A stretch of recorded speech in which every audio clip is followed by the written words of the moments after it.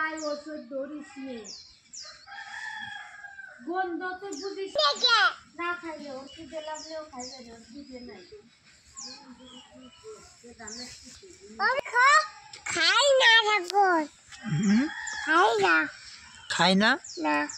জোর করে খাওয়াও চাইনে নিয়ে আসো দেখ তো ওর গায়ে ওষুধ দিয়েছে বলে টাইনে নিয়ে আসো ওইদিক ওষুধ